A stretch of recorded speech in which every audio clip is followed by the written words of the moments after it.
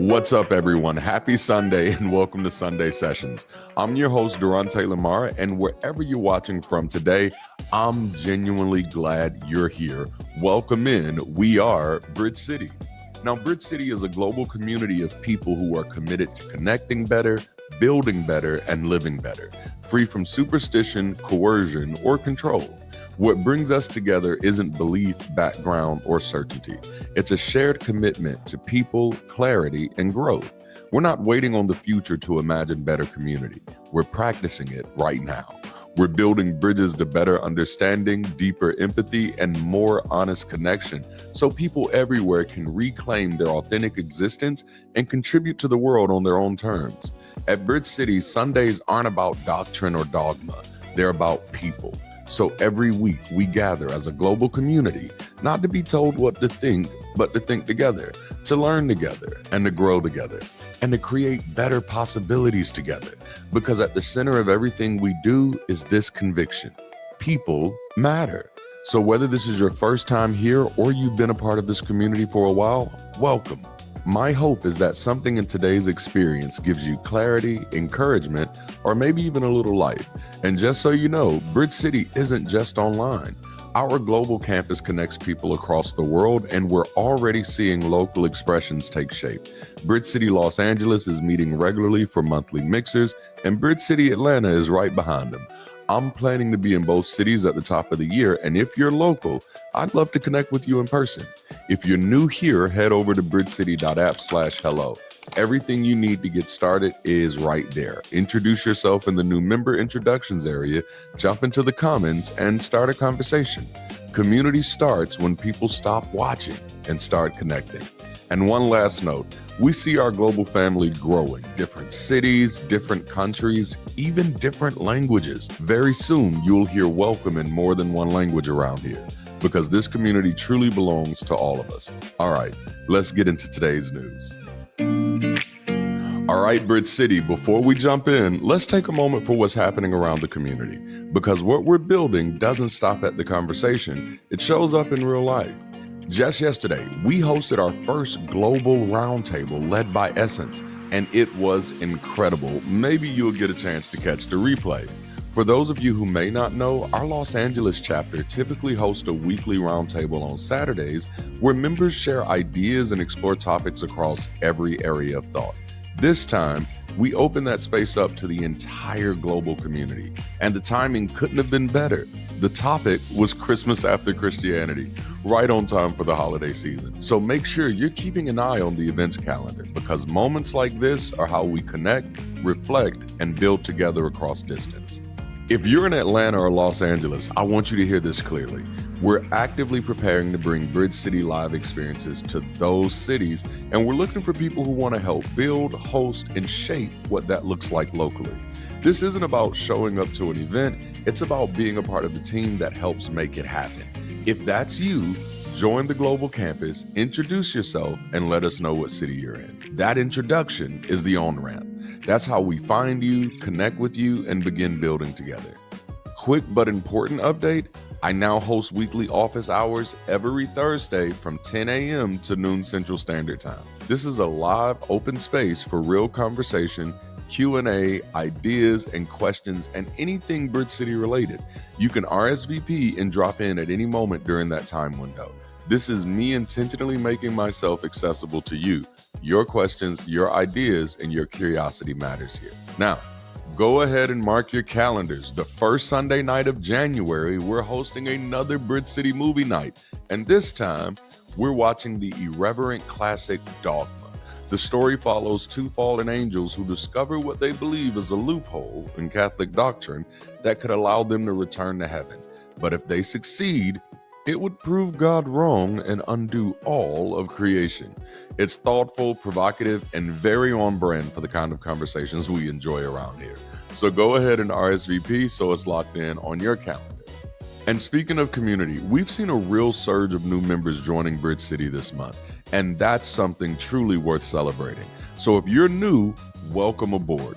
We're genuinely glad you're here, and we're glad to have you a part of the crew. Now, one of the most important first steps in Bridge City is introducing yourself. Community does not form in silence. It forms when people are seen and known. When you take a moment to post in the new member introduction section, it helps us welcome you well, connect you with others, and make this space feel human from the start. So don't skip that step. Introduce yourself, let us celebrate you, and step into Bridge City in true Bridge City fashion. If you're ready to be more hands-on in making Sunday sessions happen, there are a few ways you can plug in right now. The Weekend Warriors Club is where you can explore both on-stage and off-stage hosting opportunities. The Comms Club is perfect for those interested in writing, messaging, and scripting. And of course, the Production Club is where behind-the-scenes and technical roles come to life. These are the spaces where collaboration turns into impact as we continue to build our weekend experience. And finally, if you're interested in hosting a watch party in your home or your city, let us know. We'll help you plan it, promote it, and make it happen. Just hop into the global campus, introduce yourself, and reach out to our head of community. Bridge City community doesn't grow by accident, it grows by participation. Thank you for showing up and staying engaged. Let's get into the conversation.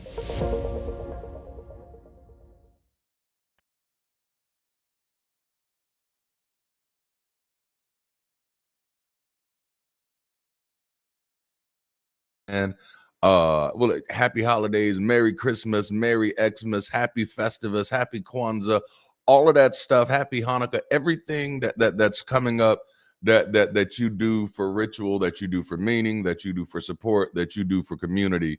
I hope you're having a merry one, a happy one, a thrilled one, a secular one, whatever else you need to have. Most importantly, that is humanist, or like the way that I like to say, it's one of our values here at Bridge City, people centric. Whatever you're doing, man, I hope it revolves around your relationship with people. How are y'all feeling out there? As for me, I don't know if you can tell, man. I feel really good today. I feel so honored, man, to have just an incredible team developing here at Bridge City. It's so amazing. Our Sunday sessions are just giving off that right vibe. I love all of our people, man. Can y'all give a major shout out to our head of production, our production team of one right now, which is Zernio Shackelford. Y'all have seen him on the channel before. I've interviewed him in conversation, but he's really taken the production aspect. And I mean, bruh, man, put in a lot of work into what you all just saw. And so I just want to echo what was in the news, in the Bridge City news segment, man. Like, hey, if you want to become a part of what we do and how we make these sessions happen, this is just the beginning. Like, this is, oh my goodness, wasn't that amazing? Wasn't that introduction amazing? Y'all don't have me being excited by myself now. Like, but to me, that was absolutely amazing. All right, listen, I'm so happy to have you all here. Are y'all ready for this? Like, we've been in flight school for the past few weeks now. Today is part 4. And I got to be honest with you, I have enjoyed this series so much. Last week, I got up from this desk on fire because that conversation felt so good, man, dealing with this idea of emergency row protocol. Y'all know what I'm saying? Like, and today I feel like we're going to take it a step further. And so I'm excited that you're with us today. Are y'all ready to jump in? I'm trying to make sure I ain't missing anything. I was telling my wife this morning, and I was telling Zernio when we were in the studio, which I like. I'm probably gonna be mentioning Zernal a lot today, just because I'm so surprised, or not even surprised. I'm just so amazed and honored at the amount of work that this brother has put in. I jumped in the studio yesterday, just to add some slides in, and just saw him working in the background in the studio. And as a person who is a visionary, as a person who knows that, like, you know, we're building something from scratch here. We're building something out of the mud. Like, we're pulling it straight out the mud, like literally. And when you walk into your stuff, and it's even harder when you're virtual, but you walk into your stuff and you see other people actually working on things, man, it's beautiful. I got to jump in yesterday on the global roundtable and just sit in for a few minutes. I was spending a little time with the family yesterday, so I don't always get that. So I do try to prioritize it. But just to sit in on the round table and hear it led by one of our members, Essence, who's been rocking with us for a while, and to see so many people from different parts of the globe participate in that conversation, that's amazing. That's what community does, and that's what we're here for. Those are the things that truly bring tears to my eyes and bring joy to my heart. I'm so glad that so many of you are with us today. Are y'all ready? Let's jump into this, man. Let's jump into this. Have you ever seen someone experiencing a panic attack? Maybe you've had a panic attack or two before yourself. I know I've had quite a few that I didn't even know were panic attacks until after I had deconverted and was allowed to use the language to be like, oh, okay, now I see what this is. Like I remember one time in particularly that I didn't even realize, watch this, I didn't even realize that it was a panic attack until this year. Earlier this year, when I went to speak at NanoCon and I got to participate in a secular therapy type of conversation with Dr. Janine, who I've also had on the channel for conversation. And we were talking about things, and I remember this time my church had just moved into a middle school, Girard Middle School. We had probably been there a few weeks, and the way my schedule was, and I'm not blaming this on anybody because I now realize it's part of my personality. It's a flaw and a feature. You know what I'm saying? It's a bug and a feature, but a part of my personality is that I'm hyper productive. That's not new. So I'd get up like at 4 o'clock in the morning, be at the school at 5 o'clock in the morning to make sure everything was set up, and to be able to meet my production team, who would typically get there about 6 o'clock in the morning, because I didn't want them like, stumbling over chairs and stuff and kid stuff. And then of course we'd have transform that school into our, little community environment. And we do that. And so we have been doing that for weeks. And I think something had happened where maybe my main musician had called out. So we had to do a lot of stuff last minute, and I powered through the service and everything. But I remember we were getting home. I was sitting in the passenger side of the vehicle, and I could not move.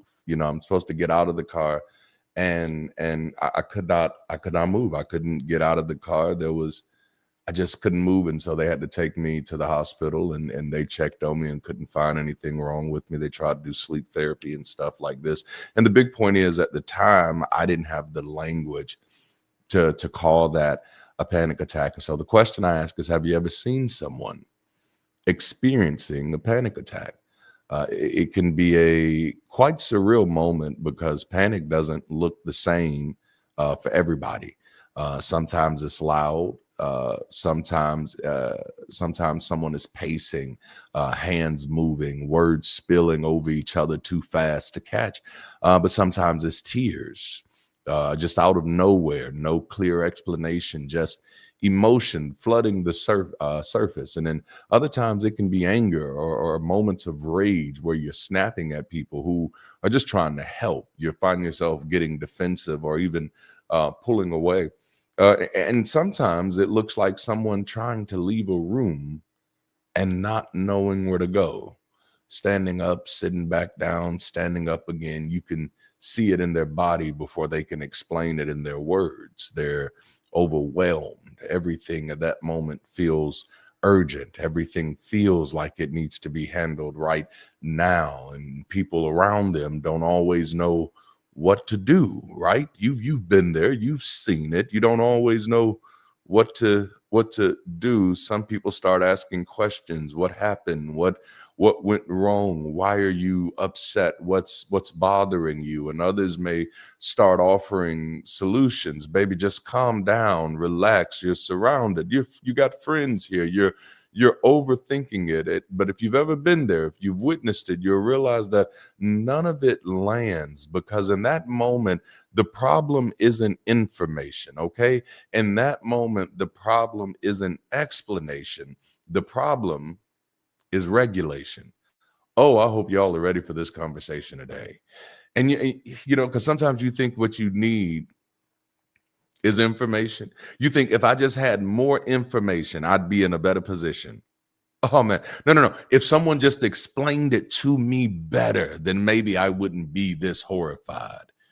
Oh my goodness, I've seen so many people jump from guru to guru, from mentor to mentor, from echo chamber to echo chamber, looking for somebody to explain it better or looking for some new information. And I hate to quote an old dusty book, but I have lived long enough to find out that there's really nothing new under the sun. And many times you will think what you need is some new information. You'll think what you need is a better explanation. But if you've ever witnessed a panic attack, if you've ever had a panic attack, sometimes the information doesn't even change the situation. The explanation has no impact on the motivation. What is needed at that moment isn't even better understanding what I need from you right now. What you need from yourself right now is regulation. Boy, I wish I had Nate Dogg and Warren G here today so they could regulate. Are we? I'm in the introduction. Is this good yet, y'all? Is this good? No, what's needed at that moment is regulation. And you'll see it sometimes when someone steps in and this person they're not louder, not more forceful, not more clever. They didn't have something more wise to say. They didn't have something better to say. They just got close enough to be heard.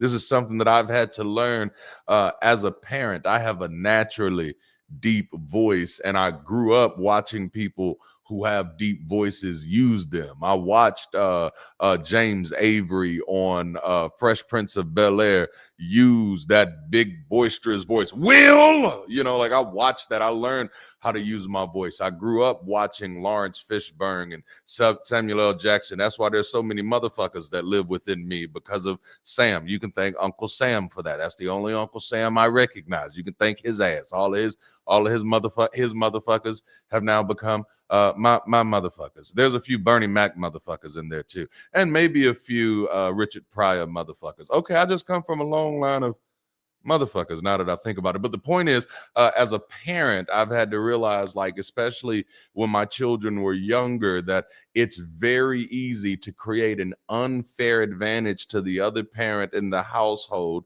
if I'm always using the boasterity of my voice to get my point across. And I also begin to realize that that's not even the most effective way. So what you begin to do is to get not louder, but closer. I hope this is helping somebody already. Damn, this is good. So I learned how to get not louder, but closer. Let me get down on your level. Let me look in your eyes. Even sometimes when my oldest was first born and you're trying to learn how to, like, damn, why do the babies cry so damn much? Why are you crying? Please stop crying. Samuel L. Jackson had a great book that he read called Go to Fuck to Sleep.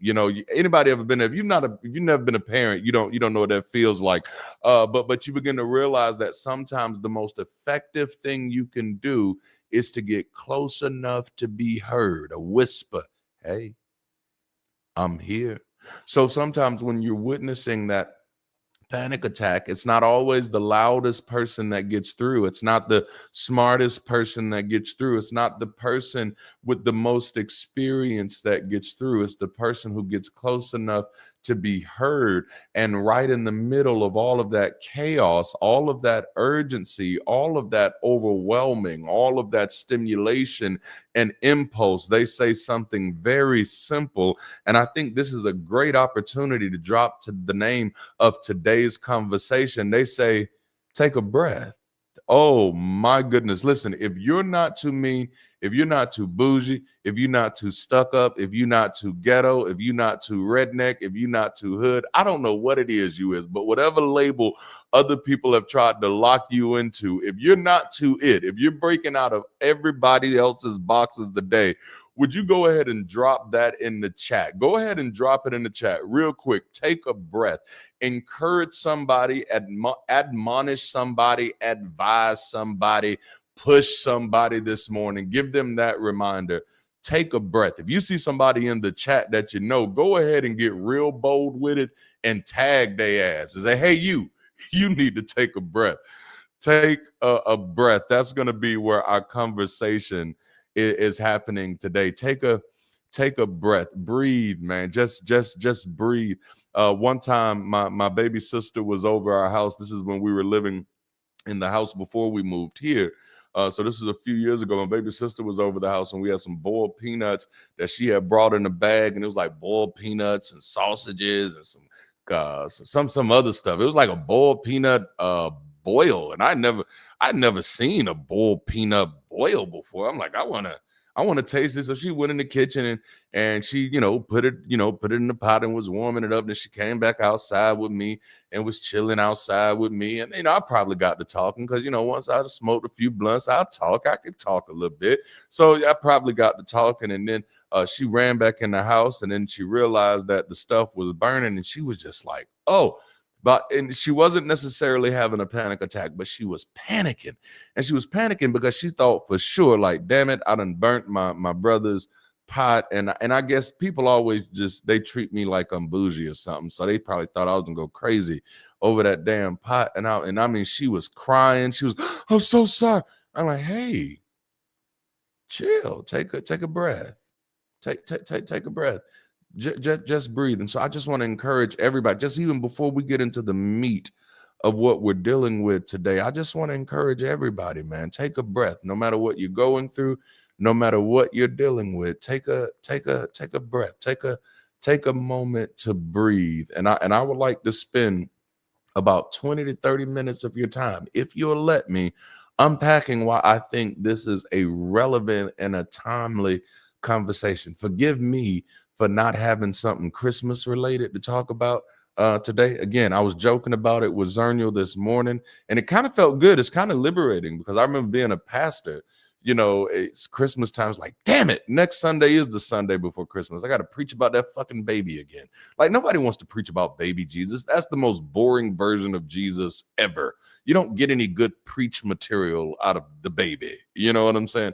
Damn, I feel like this is like prime stand-up comedy work. All right. So, but there's freedom. So next year, I got y'all. Next year for our November and December conversation series. This is how far in advance I plan, y'all. But next year for the November and December conversation series, we're going to be doing Home for the Holidays. And in November, we're going to do something real creative. For November, we're going to be talking from titles like Family Matters, Step by Step, Living Single, Full House. Like we're going to use these titles to have conversations around some real holiday issues. But then December, we're going to be having conversations like Home Alone. We're going to have a conversation called The Santa Claus. Oh, y'all ain't ready. No. And then we're going to have a conversation called Trading Places, because that's a Christmas movie. It is. And then we're gonna have a conversation called Die Hard, because that's a Christmas movie too. And argue with your mama about it, because I'm not here for it. All right. So let's jump into this. Let me ask you a question that most of us never stop to consider. At what point did surviving become the same thing as living? Because many of us are functional but depleted, capable but exhausted, responsible. Oh man, you so responsible, but running on empty. We keep telling ourselves we'll rest later, we'll slow down later, we'll take care of ourselves when things calm down. But I want to ask you something that maybe you've never given yourself permission to ask yourself before, but you come here for real conversations, for relevant conversations, for conversations that's motivation without the bullshit. So I want to ask you something. What if calm never comes? Is that something you've ever allowed yourself to think about before? What if calm never comes? You keep telling yourself, I'll rest when it's calm. I'll take care of myself when it's calm. I'll do what's best for me when it's calm. But I want to give you the sober reminder. I want to be like that little red guy on your shoulder. See, I wore the red today. I want to be the red guy. What if calm isn't coming? What if calm is a part of the illusion? Damn it, y'all ain't ready for this. Okay, see, y'all like to play with the Morpheus stuff. I got Morpheus back there. What if calm is the illusion of the Matrix? What if calm is what you go to when you ain't paying attention? What if calm is what you default to when you're desensitized? What if calm? Damn, am I preaching better than y'all responding? I think I am. What if calm never comes? Okay. Today isn't about doing less. It's about staying whole while doing what matters. Oh my goodness, I want to be good.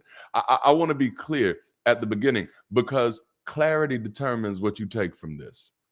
This is not a conversation about comfort. It's gonna feel like it at some times. You're gonna feel real comfortable. You're gonna feel real confident. But this is not a conversation about comfort. It's not a conversation about slowing down because life feels hard. It's a conversation about sustainability. It's about what it actually takes to stay present, to stay responsible, and to stay effective in a world that doesn't stop applying pressure. And I don't know how many years you've been on this planet, but hello, my name is Darante. Welcome to planet Earth, where we never stop applying pressure. As long as you're here, the pressure never stops. It's like that's one of the things that hit me like a ton of bricks once I deconverted. Once I completely deconverted and then started deconstructing, I realized that perpetual motion at this moment is still a myth. In other words, there is not this opportunity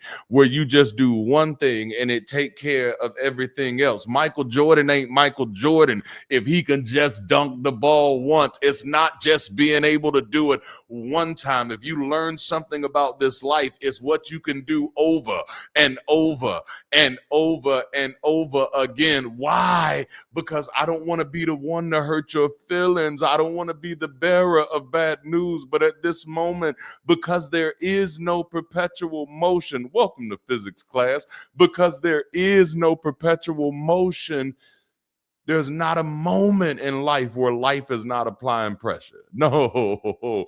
I think when I was writing one of my first books, it's not even one that I'm proud of, but Parenting on Purpose. One of the revelations that I came across, one of the realizations that I came across was one of the worst things you could ever do as a parent is to bring your child in this world without push. No, even when they coming into this world, you've got to push them to get them here. One of the greatest gifts you could give to your children is the gift of pushing. Why? Because you've brought them into a world that doesn't stop applying pressure. So again, I ask you, what if calm never comes? If calm never comes, when are you gonna breathe, baby? If calm never comes and you keep putting breathing off, whew, what are you doing to your life expectancy?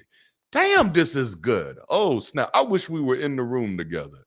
Don't worry, Atlanta, LA, we're gonna make that shit happen. Okay, so if you plan on building anything that lasts, your life, your family, your community, whatever it is, you have to learn how to take care of yourself without stepping away from responsibility. Most of us have heard this so many times, we don't even listen to it anymore. But if there's an emergency on the plane, the mask will typically drop. right? The emergency on the plane. They'll tell you right when you get on the plane, before the emergency ever happens, even long before the emergency ever happens, because emergency may or may not happen on your plane, but emergencies are inevitable. And so it's good for everybody to be prepared. So they tell you at the beginning of the flight that, hey, something might pop off. And if something pops off, these are going to drop down. The masks are going to drop. And the instruction is simple. Some of y'all already know where I'm going with this. Some of you should already know where I'm going with this. The instructions are simple. If you know the instructions, drop them in the chat. What they say the mask will drop, and then put your own mask on first, right? Put your own oxygen mask on first before attempting to assist anyone else. Not because you matter more than anybody else, but because if you can't breathe, you can't help. Okay. Let that settle in. They want you to understand that, hey, if anything goes down, the moment those masks drop, you've got to put your mask on yourself first. And this is not about treating you like you better than anybody else. This is not first class privileges. This is not something you're getting because you're in the emergency row. This is instructions that are going to everybody. Like, put your mask on first, because if you can't breathe, you can't help. Damn, that was good. That felt like bars. No, if I can't breathe, I can't help. I can't help. This is why even earlier in this year, I started taking less and less and less opportunities, because I was getting into a place where I can't breathe. And if I can't breathe, I can't help. And unlike some people, I ain't naming nobody, unlike some people, I've made it very clear that the reason I left the church world is because I didn't want to pretend to help while not actually helping. No, I am here to help. But in order for me to help, that also means, come on now, somebody has to catch this. If I am here to help, I am by default here to breathe. Okay, because if I can't, y'all better talk to me. If I can't breathe, if you can't breathe, you can't help. Now, this isn't about selfishness, it's about survival. This instruction only works because it assumes something most of us don't like to sit with. It assumes that when the air gets thin, that no one else can do this part for you. Not first, not fully, and not in the time you need. You have got to stop waiting on other people to prioritize you better than you can. Oh, shit, that was good. You have got to stop. Can I say it one more time? Can I say it one more time? Can I get a hell yeah? If this is good and I can say it one more time, let me get a hell yeah. Jalapeno. You have got to stop assuming, and you've got to stop putting people in a position where they can prioritize you better than you. Nobody else has a God's eye view of your life. You have to put your priorities there. Nobody else gets to pick your boundaries. Nobody else gets to pick your barriers. Nobody else gets to pick your limitations. Oh, I hope this is helping somebody else. No, it starts with me. You know, we used to tell people back in the day, you got to treat people how to love you. How do you treat people how to love you? By loving yourself so well that nobody else can compare. And so they already know they coming in number two in your life, because can't nobody love me better than me. And so if you want advice on how to love me, don't go to your mama, don't go to your sister, don't go to your friends, don't go to your cousin names. You better come talk to me, because I am the expert on me. No one else can do this part for you. Jalapeno, habanero, hell yeah. No one else can do this part for you. Not first and not in time. This assumes that survival begins at the point where assistance has not arrived yet. Oh my goodness. I remember 2017 sitting with myself in a single wide trailer with my family of six, two bedrooms, single wide trailer with my family of six. My wife and I redid the floors ourselves because I had jumped and went through the damn floor and could feel all the things. Ah, shit. You see, I jumped, feel everything. Because, like, when I went through the floor, it's a single wide trailer. Okay. So when you go through the flow, it's just the grass under there and all the creepy crawlies. Hey, yeah, that don't even feel good. And all the creepy crawlies and shit that are under there. Like, and I was sitting there and I had to come to a harsh realization about my life because I'm like, bro, what's going on? Why are you in this predicament? And let's be honest with yourself. This isn't the first time you've been here. You've been here a few times. And how many more times you gonna visit this place before you decide that you don't want to see this place anymore? You a smart person. Figure this shit out. What is going on? And I had to be real honest with myself and have that hard lesson. And be like, oh, I've been living my life like something is on the way that isn't on the way. You know that there used to be this little gospel song say, "Help is on the way. Help is on the way." And I realized that help is on the way had got me in a posture where I was always waiting on help. And then you combine that with superstitious ideology. You combine that with doctrinal theology, where you have a God who never fails, even though he never wins. You have a God who never lost a battle, even though he never showed up to fight. Maybe that's the reason he never lost a battle. Anyway, but you have these ways of looking at the world where your whole idea becomes somebody else is going to come and help me. Help is on the way. And let me show you. Now, I'm not anti-help. Oh no, please don't get me wrong. I got a whole series coming up called How to Help. I'm not anti-help, but I do want to show you something that I want you to be careful of, because it is so insidious when you get trapped into that help is on the way posture, that someday my big break is coming, that somebody is going to open doors for me, that somebody is going to lift me up, that somebody else is going to write me a check, that somebody else is going to finally come and support me, that somebody else is finally going to come and make me somebody. The insidious aspect of that is that you stop believing that you can be you better than you. You start believing that somebody else can do with you better than you can. That's the insidious part of that. But reality happens, man. Reality happens when you begin to realize that survival begins at the point where assistance has not arrived yet, where you have to ask yourself the hard questions. What will I do if nobody shows up? Mhm. That was my conversation with myself in 2017. Darante, you've been waiting. I don't remember how old I was at that time, but I was in my 30s for sure. So, Darante, you've been waiting 30 something years for a family to show up that's likely never coming. I'm not saying, Darante, I'm not saying they never coming.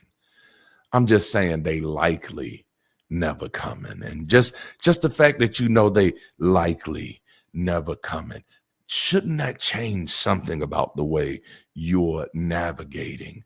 Because if they never coming and you sitting here operating like they gonna one day show up, you're gonna be sitting here by yourself waiting for something that's never gonna happen. And so why are you so afraid to let it go? Why are you so afraid to face the harsh reality that calm may never come? Why are you so afraid to embrace the reality that that support system may not be there? Why you are afraid? And then you got to deal with, oh, I'm afraid because I don't think I'm enough.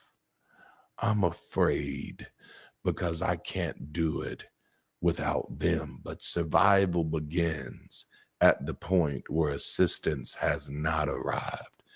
It's a sobering thing to have to think through, talk through, walk yourself through, but it's a powerful reality. It's uncomfortable because many of us were raised to believe that help is always coming, that someone is a sign, that there is a system, that there is a plan, that there is a backup.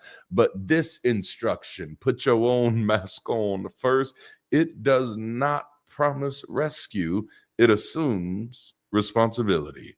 It quietly acknowledges that there are moments where the most important work, is not saving others, it's staying conscious long enough to matter. And I gotta say it again because that itches all of us the wrong way, because so many of us have a martyr complex and a savior syndrome. And I just be wanting to stand on the beach of those shores and say, don't save her. She don't want to be saved. No. So at some point, the work is not saving others. That's not the work of priority. It's staying conscious long enough to matter.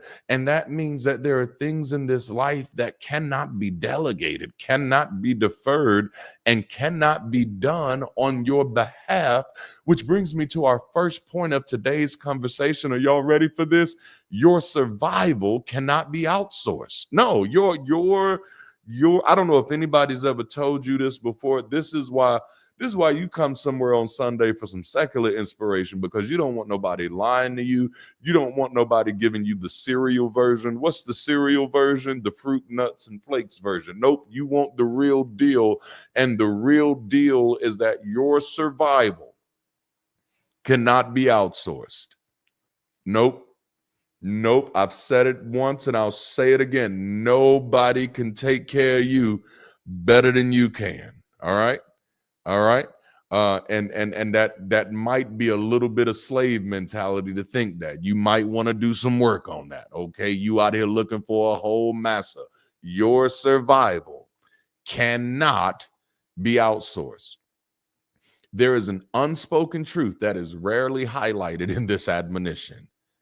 Ain't nobody coming to put your mask on. That's what they telling you. When the flight attendants, when they do this nice little demonstration and they being so nice and they so polite, when they tell you, hey, when the mask drop, put your own on first, what they are also telling you at the same time is, baby, there is not one person on this plane who was assigned to come help you breathe, okay? There is not one person on this vessel who was assigned to stop by and do a road check and say, hey, you got your mask on? Can I put that on for you? No. When the mask come down, when the shit goes down, I need you to understand that ain't nobody coming to put your mask on. Now, see, there are levels to this, right? So for many of us who may identify as atheists or agnostics or even deists in this context, it's the realization of no cosmic intention, no intervention or intuition, no cosmic intention managing this moment for you, no divine intervention scheduled for you, no supernatural intuition stepping in at the last second to make a way out of no way, no late in the midnight hour, God's gonna turn it around and around and around. No. You begin to realize that nobody else is coming to put my mask on. Even on an everyday level, it's the realization that no one else has been assigned to mask me up. You out here struggling to breathe, and you like, when is somebody else just gonna give me a moment to take a breath? Baby, taking a breath is your responsibility. Ain't nobody coming to mask you up. No, okay, this is why you gotta protect your breath. This is why you gotta protect your breath, because there's no one assigned to come and mask you up. There's no attendant assigned to your lungs. There's no system designated to catch you when the air gets thin. There is no system tasked with keeping you regulated when the air gets thin. Remember, I told you this is not about information. This is not about explanation. What is this about? This is about regulation. And I just want to talk to some folk who have been like, I've been trying everything I can to get ahead. I've been trying everything I can to get out of this hole. I've been trying everything I can to change my life, and nothing seems to work. I'm here to tell you, maybe the problem isn't your information. Maybe the problem isn't the explanation. Maybe the problem is regulation, how you regulate yourself when the air gets thin. There is no external force responsible for making sure you stay conscious when the pressure hits. That part is yours. Self-regulation is your responsibility. Whew. Is this good? Self-regulation is your responsibility. This is why I keep fools out of my space.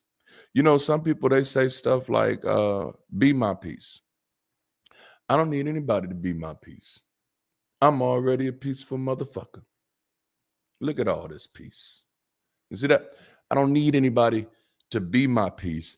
Respect my peace. Oh, is that good? No, don't be my peace. I brought my own peace to the party. I bring my own happy with me and all the voices in my head. We gonna be all right. I don't need nobody to be my peace. I need you to respect my peace, because this peace is the product of self-regulation. Okay, I've learned how to have my mask with me at all times. I'm gonna take a breather. I'm gonna take a breather. That's one thing you know about a smoker. A smoker gonna take their break. They gonna take their break. Y'all ain't ready. What is unspoken yet understood is that if the mask drops, we're all in the same state of emergency. This is the same thing that we often forget.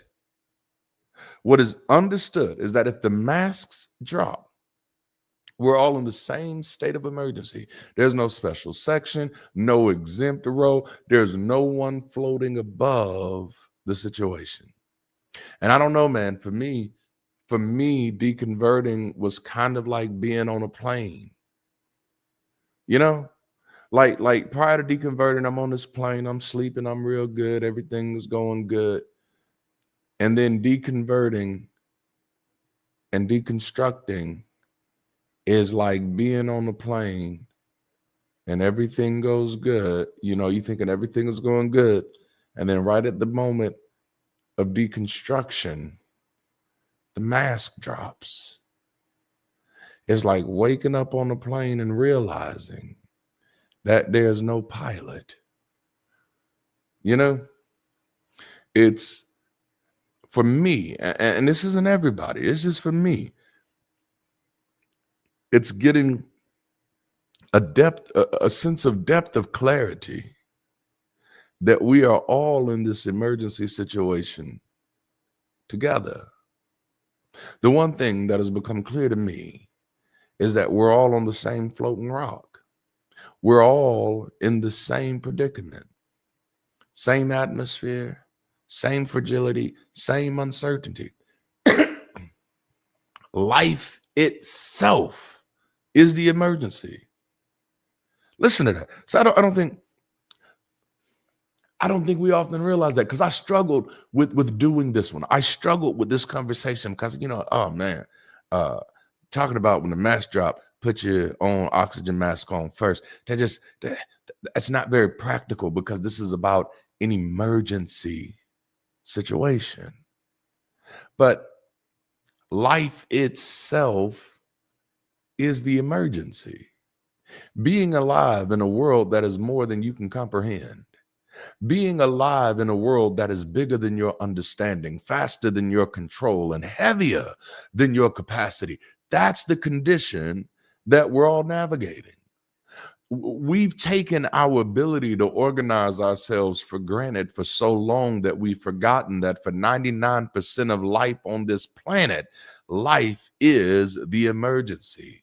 We've just gotten really good at hiding it. For most of life on this planet, survival has always been the central task. We've just changed what threatened us. It's not the cheetahs in the savannah anymore, it's the bills and the capitalism.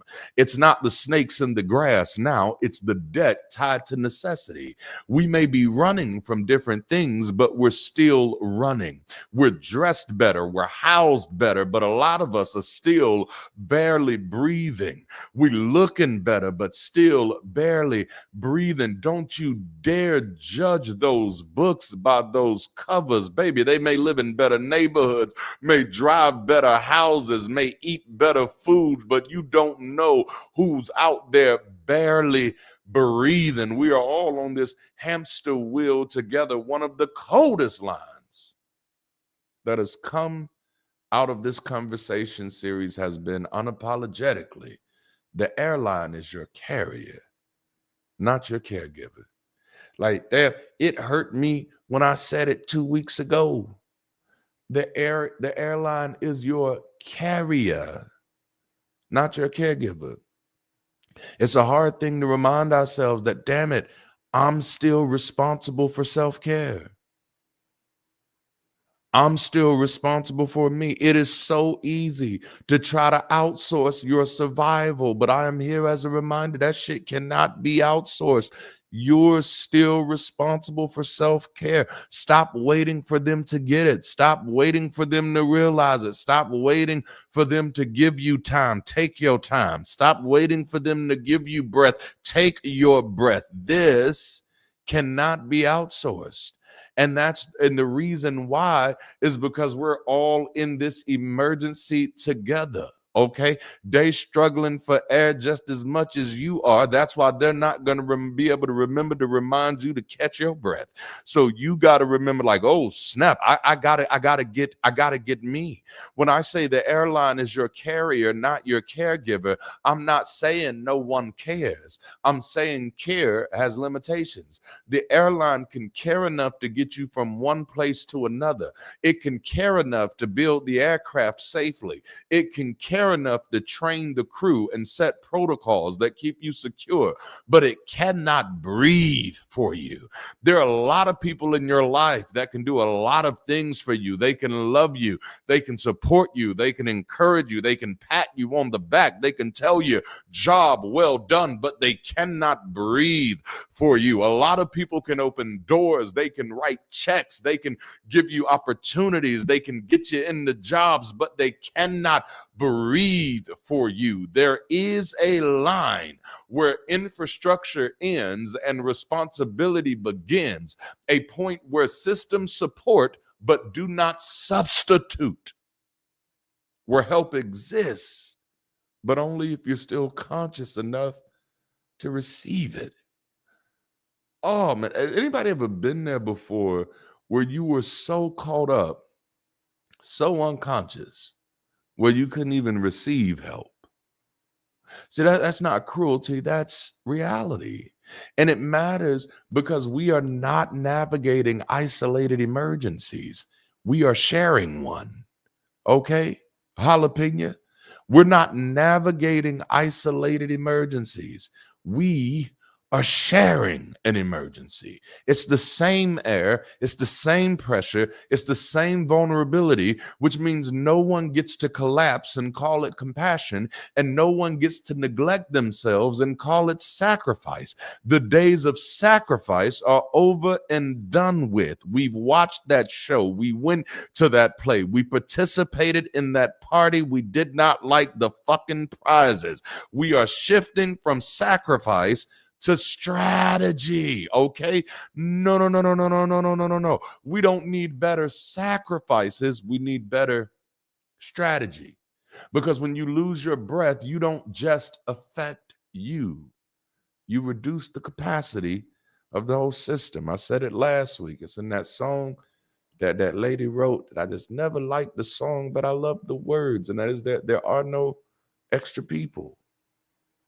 You reduce the capacity of the whole system. That's why I want you to be your best self. I'm selfish with this shit because I'm not a sacrifice.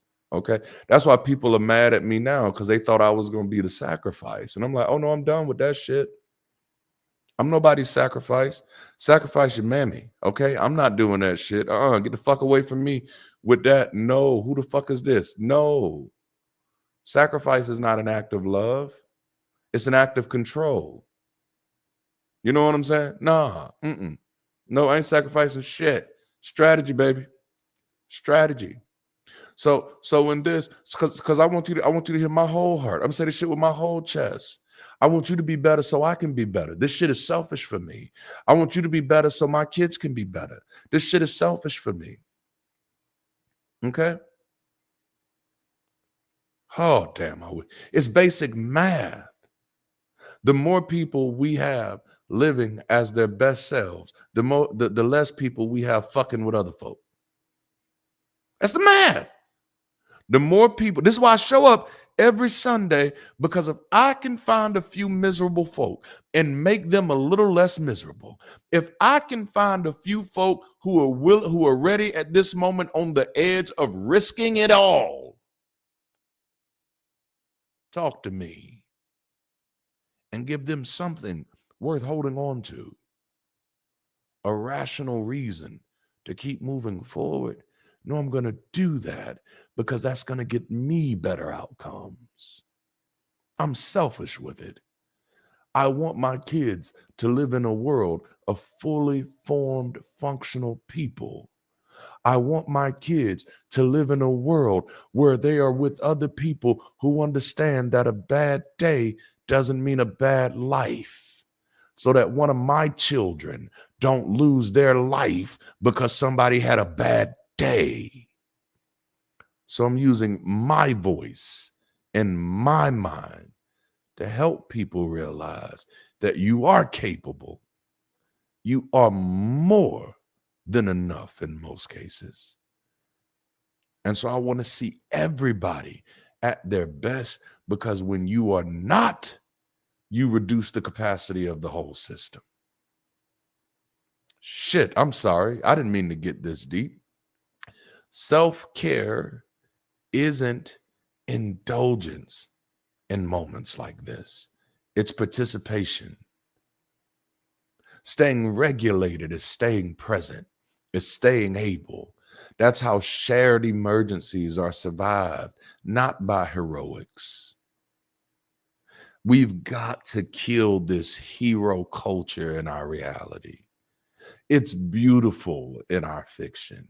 But when it becomes a part of our reality, we're either making ourselves someone else's martyr, or we're martyring someone else to make ourselves feel better.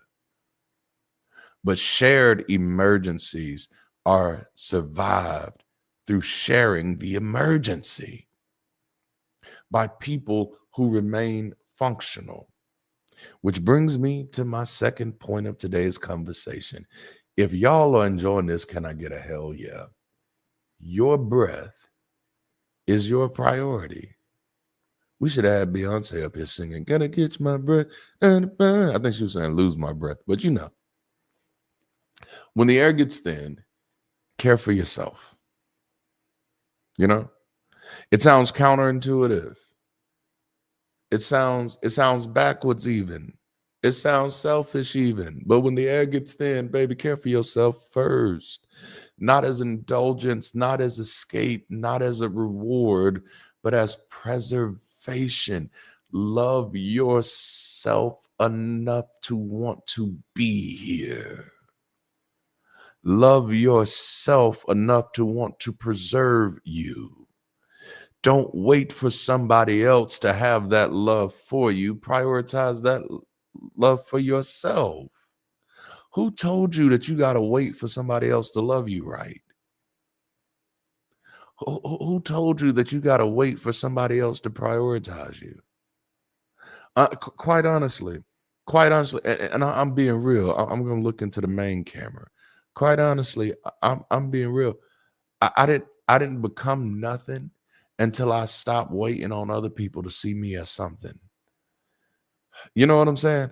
Like I literally, like, who told you you need permission to be great? Who told you you need affirmation to be loved? Who told you you need anybody else's support to be peaceful in your own home? No, these are all things you can give to yourself, but you got to remember that you can.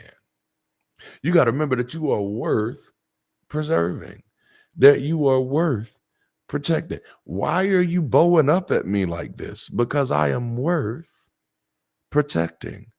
Jalapeno.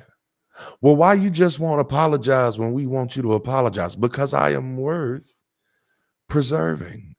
And when it comes to me, I don't check with you on what's best with me. I check with me because I am worth preserving. I want you to consider adopting that as a practice, that before you do anything, check with yourself. Is this something I really want to do? Once I realized I was mature enough to live with my consequences, I realized I was mature enough to make my own choices. Well, this might happen. I'll handle that if that happens. Oh, y'all ain't ready. This is, listen, self care in moments like this, it isn't a lifestyle choice, it's survival functionality. It's bigger than responsibility. You can't save the plane if you can't breathe. I'm sorry. There are rooms you've seen me step away from because I realized, oh, I'm not going to be able to breathe here. When things first start kicking off with my channel, there was a large organization that wanted me to be a part of their stuff, but then they were like, hey, in order for you to be on here, you can't do Sunday shows on your own channel. And I was like, I can't breathe. Oh shit, I can't breathe. I can't be in here because I'm gonna need to be able to breathe. I'm gonna need to be able to breathe. Jalapeno. You know, you can't help anybody if you can't breathe. I couldn't do what I do if folks, if I would let other folks control when I breathe and when I don't. You know, I've walked away from opportunities that other people would die for, which I don't know why, because breathing is more important to me than anything. That's not philosophy, that's physics. If you're gasping for air, everything else becomes noise. Hear me well right now. Hear me well. If you can't breathe, everything else is a distraction. If you can't breathe, everything else is a distraction. For everything that's trying to get your attention, ask yourself, like, what are my oxygen levels like right now? If you can't breathe, everything else is a distraction. Your breath is your priority. If you can't breathe, I am watching so many people destroy their lives because you don't realize, like, if you can't breathe, baby, that thing they trying to pull you into, that's a distraction. You need to focus on breathing. You need to focus on putting your mask on. Right now, that's a distraction. When you can, and it's people preying on our sense of smallness, on our sense of limitation, on our sense of being finite. If I don't do something now, then I won't be able to do anything. No, baby, if you don't breathe now, you won't be able to do anything. If you can't breathe, is this hard? Is this hard? Let me put it to you this way. Let me put it to you this way, okay? You are out in the middle of an ocean and you see a cruise ship sinking. All right? Oh, this is too good. Damn it, this is too good. You are in the middle of the ocean and you see a cruise ship sinking, your heart goes out to him. You hear the crying, you hear the screaming, you see the fucking Titanic going down.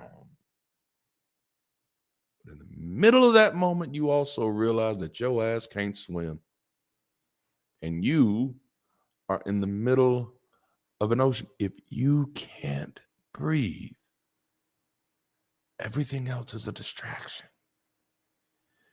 You've got to breathe first.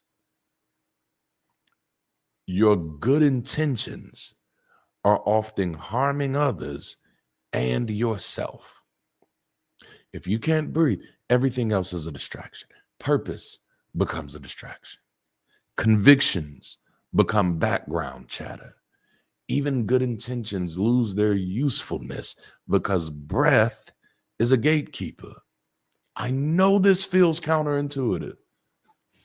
The plane is shaking, the alarms are loud, the world looks like it's spiraling, and we don't even got to stay metaphorically right now. For many of you, this is literal. This is literal. You're looking at the world and you like, this motherfucker is going down. The masks have dropped. The flight attendants are panicking. The pilot has gotten sick on his buttons. You know, panic tells you to rush. Urgency tells you to skip steps. But skipping breath doesn't make you faster. It makes you sick. And some of you wondering right now, like, why do I feel so depleted? Because, baby, you can't skip breath like you skip meals. Movement without oxygen isn't action, it's reaction, and even dead bodies react. Reaction rarely helps anyone. If you can't breathe, you can't help. So the first step to saving anything, whether it's your family, whether it's your community, whether it's your future, whether it's our shared future, the first step isn't good strategy. It's breath. Take a breath, not to avoid reality, not to numb out, but to stay present enough to respond with clarity. That's why caring for yourself isn't selfish, it's strategic. It's choosing to stay regulated when chaos is loud. It's choosing to remain functional when everything else is fraying. It's choosing to stay in the moment long enough to matter. But here's the turn we have to make. Because once you understand how vital breath is for you,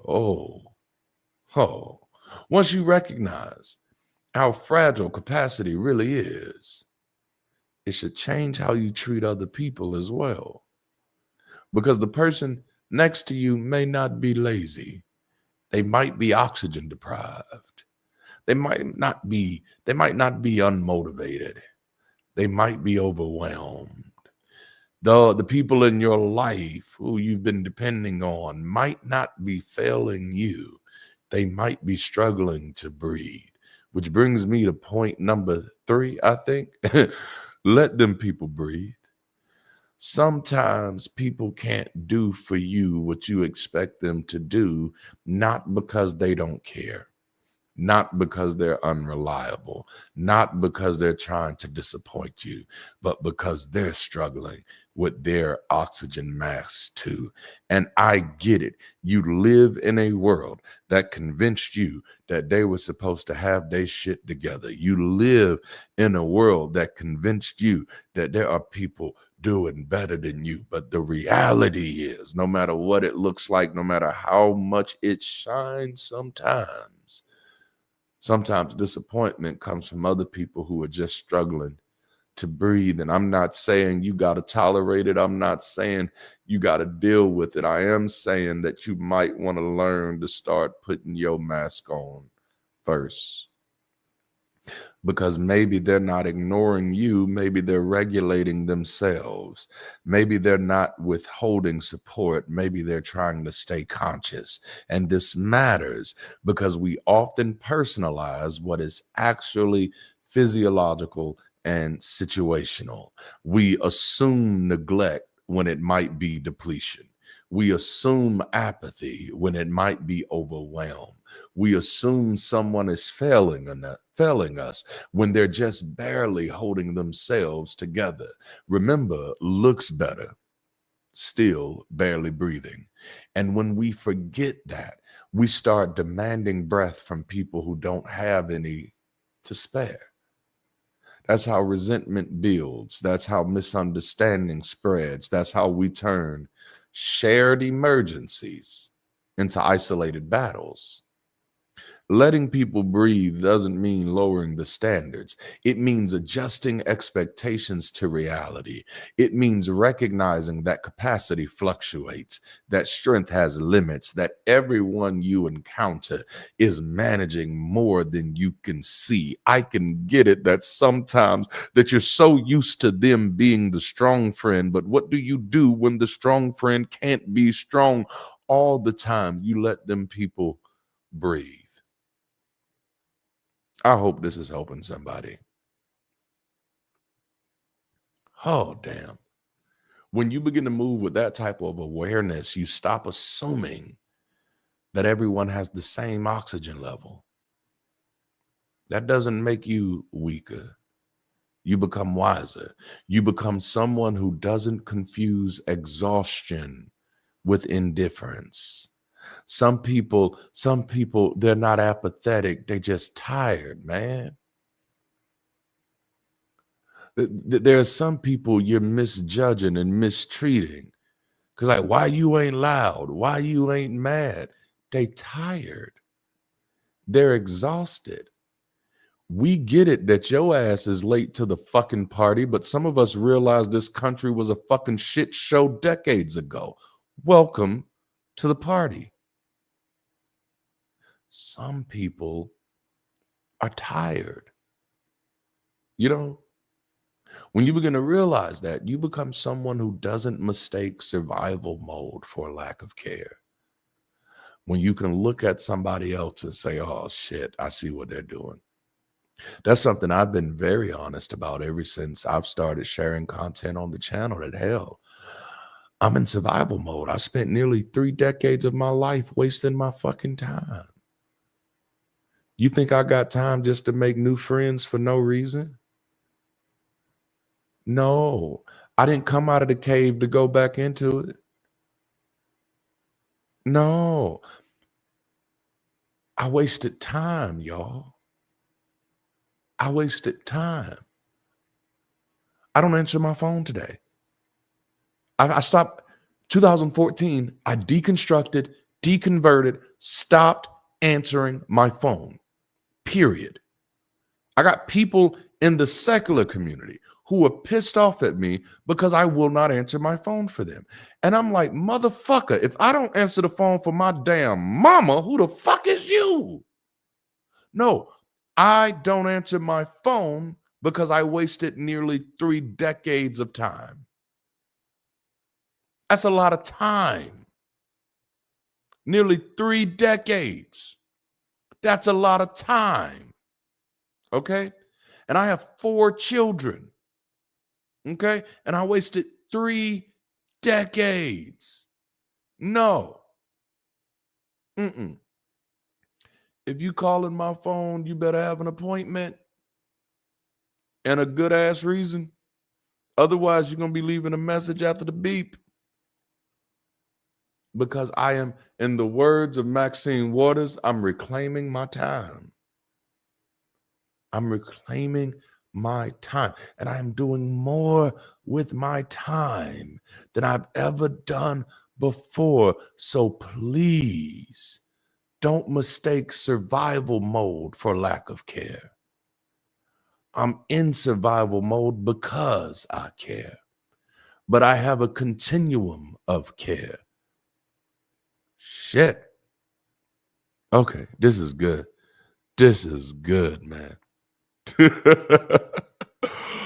Oh, the truth is, most people are not trying to let you down. You know, Like I got main character syndrome just like everybody else. I embrace mine. Like I'm the main character in my life. But do you know where that stops at? In other people's lives.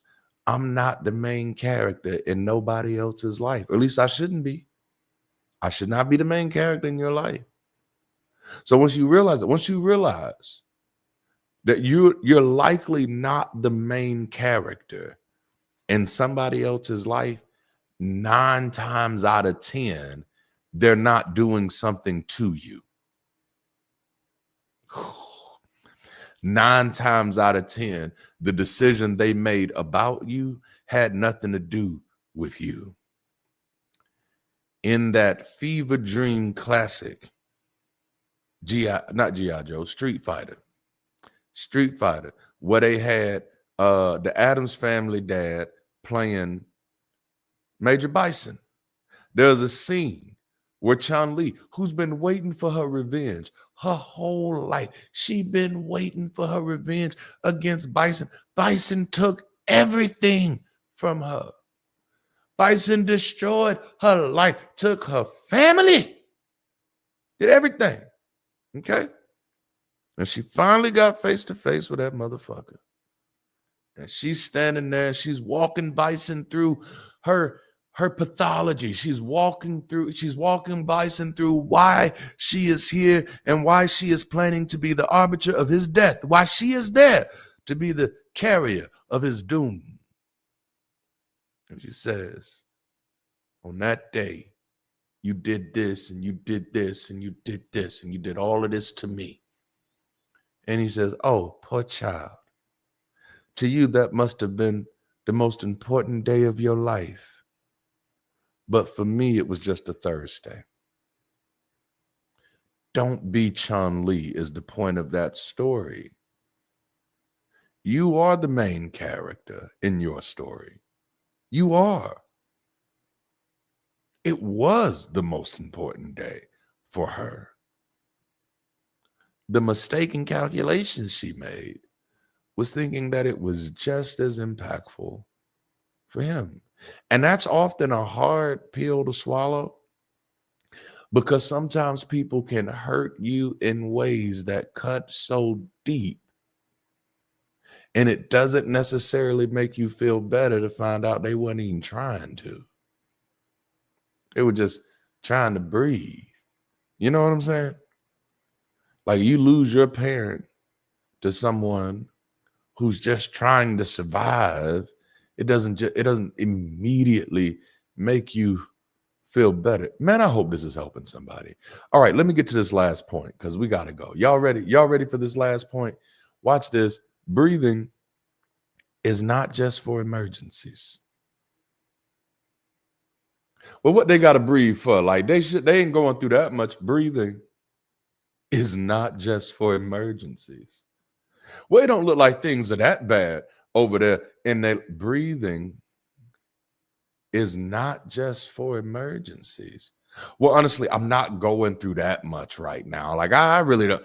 Breathing is not just for emergencies. While yes, this is about emergency protocol. And yes, I do want us to recognize that a major part of the living experience is responding to emergencies. I also want us to remember that breathing is for every day. It's for the ordinary moments, the in-between spaces, the parts of life that don't feel dramatic but quietly wear you down anyway. Because it's easy to live in a constant state of reaction, one thing after another, one demand on top of the next, always bracing for impact. And in all of that, people forget to breathe. Not metaphorically, actually. They stay tense. They stay guarded. They stay clenched. But today, I'm here to remind you to take a breath. It's not just for your survival. It's for your sanity. Jalapeno. It ain't just for your survival. It's for your sanity. Take a breath. That's why breathing has to become a practice, not just a response. And this is really where community matters, because healthy communities don't just mobilize people in crisis. They create space for people to breathe before they break. That's why Bridge City LA has monthly mixers, not to impress anybody, not to prove productivity, but to give people room to exhale, an opportunity to breathe. That's why the global campus hosts movie nights, game nights, and all this other stuff. Not because entertainment fixes everything, but because shared rest reminds us we're human. That's why our local events prioritize the good of the people in the room. We're not there to yell at people that are not in the room. No, no, no, no. If you're at a Bridge City event, we're there to prioritize the good people, the good of the people in the room. We're not there to troll Christians who are not there. We're not there to talk about how bad MAGA people are who are not there. We're not there to talk about what's going to happen in the next election, because none of that is helping people breathe. None of that is putting food on people's table. No, we prioritize the good of the people in the room because we don't want to waste moments where breathing is possible. Yes, we've got some grieving to do, but you've been carrying loss, disappointment, and change for so fucking long that you forgot what it feels like to breathe without guilt. You've been surviving so intensely that rest started to feel irresponsible. But grief needs oxygen too. Yes, Bridge City is a community of builders, man. We work, we organize, we create, but in between the building, we breathe.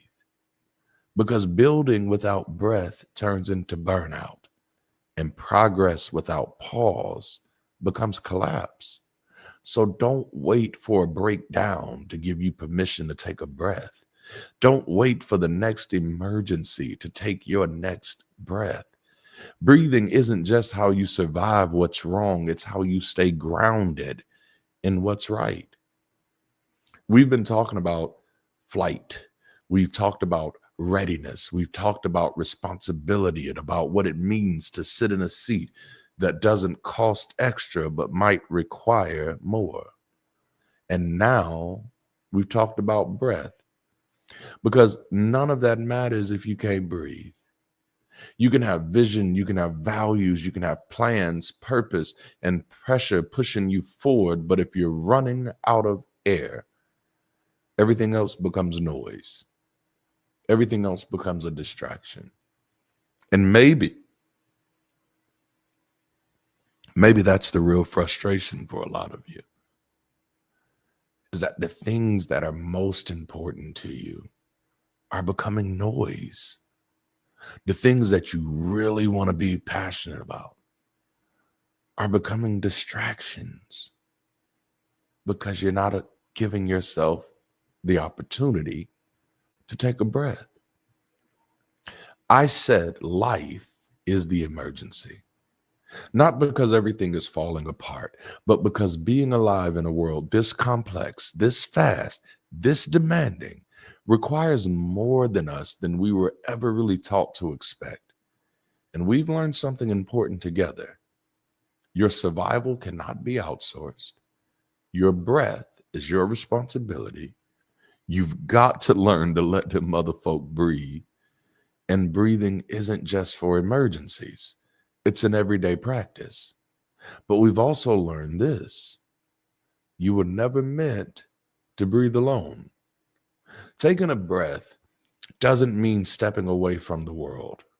It means stepping into it with clarity. It means choosing regulation over reaction, presence over panic, and community over isolation.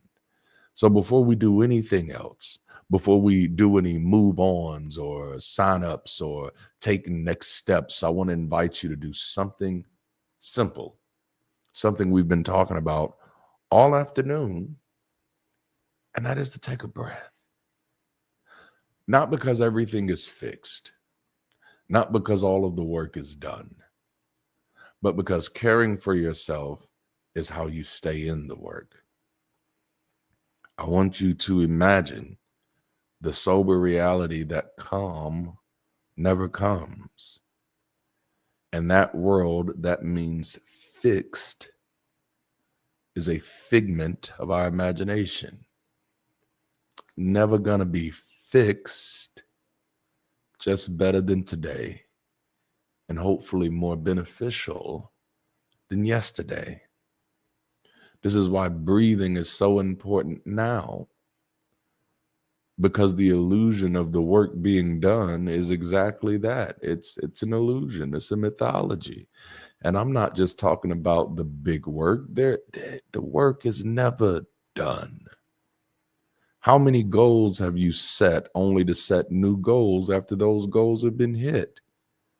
Because the work is never done. And if you keep holding yourself to that deadline, I'll break. I'll breathe when I get there, baby. You never gonna breathe. Caring for yourself is how you stay in the work.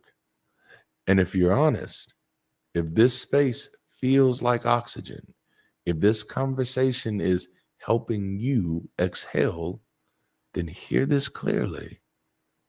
This is your space. This is your place. Choosing community is not an extra commitment. It's an act of self-care. It's saying, I know that I got to put this on myself. I know that I got to do this first. I got to put my mask on first, but I don't have to carry this alone. It's choosing better ways to connect, better ways to build, better ways to live. So take your breath. And when you're ready, let yourself stay close to the people and the spaces that help you keep breathing. May you give yourself permission to breathe. May you care for your body, your mind, and your capacity. May you choose community as an act of wisdom, as an act of strategy, not desperation nor sacrifice. And may you build a life that doesn't just survive, but stays alive. Now, if you're the affirmational type, you can say these words: I take care of myself so I can stay present. I take a breath so I can stay grounded. I choose community so I don't carry life alone. In a world that keeps asking more of you, taking a breath is not quitting. It's how you keep going. I hope you've enjoyed this conversation. All right, Bridge City, what a conversation. If today's session gave you clarity, energy, or a new way of seeing things, I want you to know this: Sunday sessions are just the beginning. They're the front door, not the whole house. Beyond this weekly gathering, Bridge City is a growing global campus with conversations, events, clubs, training, and collaborative spaces designed to help people connect better, build better, and live better together. What's emerging there isn't passive content, it's an active community. And our clubs in particular have become places where connection turns into collaboration and ideas start becoming real. Now, what you do next matters, because moments like these don't just inform us, they invite us. They surface something in us that says, I don't want to do life the same way anymore. And moments like that, they matter. Not because they feel good, but because they ask us a question. What am I going to do with this? Bridge City exists for people who are tired of navigating the world alone. People who want more than content, more than commentary, more than another place to observe from the sidelines. This is a community for people who want to belong somewhere honest, thoughtful, and human, where growth happens in relationship, not isolation. So this isn't an invitation to watch more or scroll deeper. This is an invitation to join a community, to be known, to be challenged, to be supported, to build something meaningful with people who actually care. If today's session resonated with you, if you felt clarity, relief, curiosity, or even discomfort, that's not accidental. That's the signal. And joining Bridge City is how you respond to it. It's how you move from being inspired on a Sunday to being connected throughout the week. So whether you're here to rest, explore, or help build, there's a place for you in Bridge City. And honestly, this is a meaningful moment to join.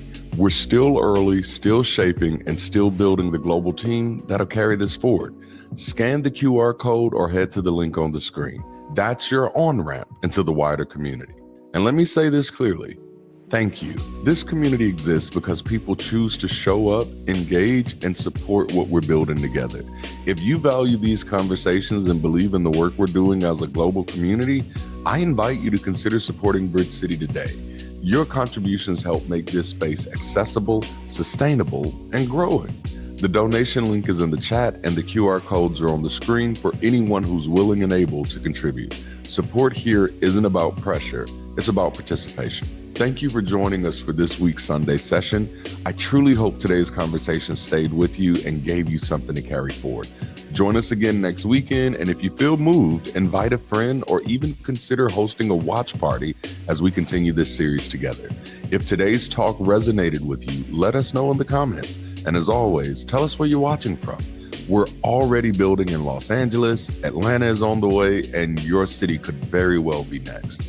All right, community, that's all for today. Have a people-centric, forward-thinking kind of week. Until next time, keep rising and be the bridge.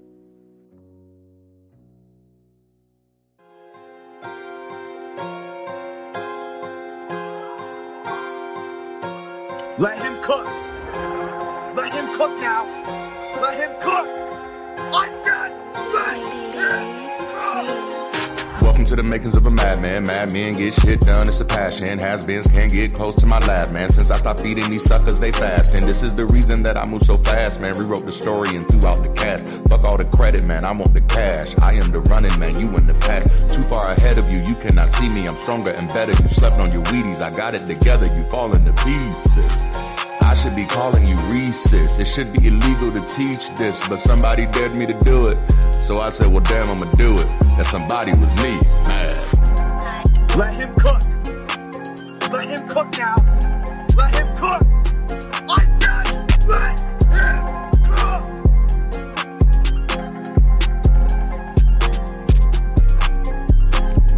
Welcome to the makings of a madman. Mad men get shit done, it's a passion. Has-beens can't get close to my lab, man. Since I stopped feeding these suckers, they fast. And this is the reason that I move so fast. Rewrote the story and threw out the cast. Fuck all the credit, man, I want the cash. I am the running man, you in the past. Too far ahead of you, you cannot see me. I'm stronger and better, you slept on your Wheaties. I got it together, you fall into pieces. I should be calling you Reese's. It should be illegal to teach this, but somebody dared me to do it. So I said, well, damn, I'ma do it. That somebody was me.